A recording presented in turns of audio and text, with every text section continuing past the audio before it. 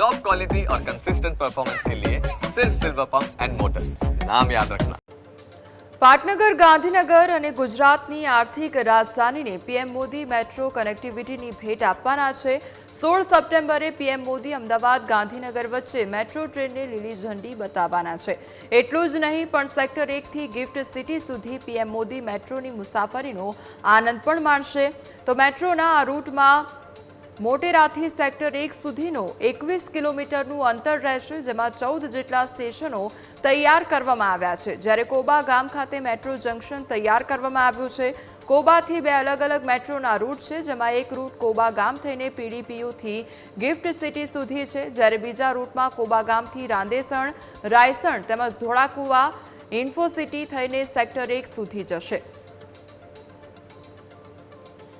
ગાંધીનગર અને અમદાવાદ વાસીઓ માટે એક ખુશીના સમાચાર સામે આવ્યા છે।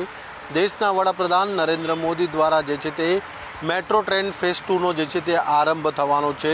એટલે કે 16 સપ્ટેમ્બરના રોજ દેશના વડાપ્રધાન નરેન્દ્ર મોદી જે છે તે ગાંધીનગર સેક્ટર 1થી જે છે તે મેટ્રો ટ્રેન સેવાનો આરંભ કરશે। 21 કિલોમીટરનો આ રૂટ જે છે અમદાવાદના મોટેરાથી લઈને ગાંધીનગરના સેક્ટર 1 સુધીનો આ રૂટ રહેશે।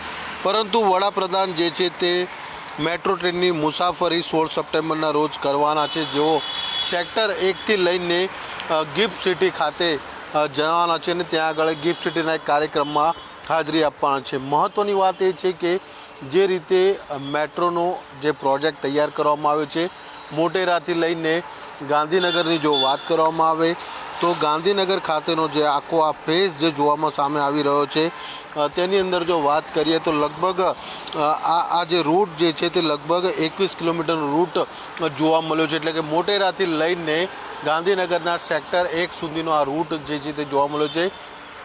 સેક્ટર 1 ખાતે જે છે ત્યાં ડિસ્પ્લે પણ અહીંયા મૂકવામાં આવ્યું છે। જો વાત કરીએ તો મોટેરા સ્ટેડિયમથી આ ટ્રેન જે છે તેનો આરંભ થશે। ત્યારબાદ આ ટ્રેન જે છે તે કોટેશ્વર રોડ ઉપર આવશે, વિશ્વકર્મા કોલેજ એટલે કે જીટીયુ પાસે આવશે। ત્યારબાદ Tapovan circle, Narmada canal, Koba circle, જૂના કોબા, કોબા ગામ અને ત્યારબાદ કોબા ગામ ખાતે એક જંકશન આપવામાં આવ્યું છે। જંકશનથી આ રોડ જે છે તે પીડીપીયુ અને જીએનએલયુ કોલેજ થઈને ગિફ્ટ સિટી તરફ જશે।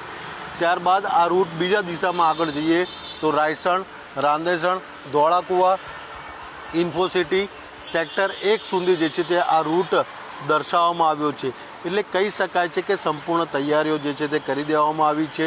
પરંતુ મહત્ત્વની વાત એ છે કે દેશના વડાપ્રધાન જે છે તે આ રૂટ ઉપર જે છે તે લોકાર્પણ કરવાના છે। તેઓ સેક્ટર 1થી જે છે તે સીધા જે છે ગિફ્ટ સિટી ખાતે જવાના છે।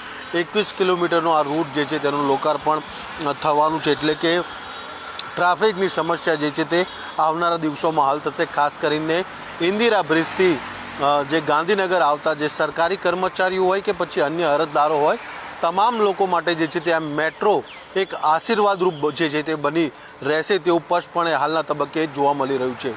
કેમેરામેન લાલા ભરવાડ સાથે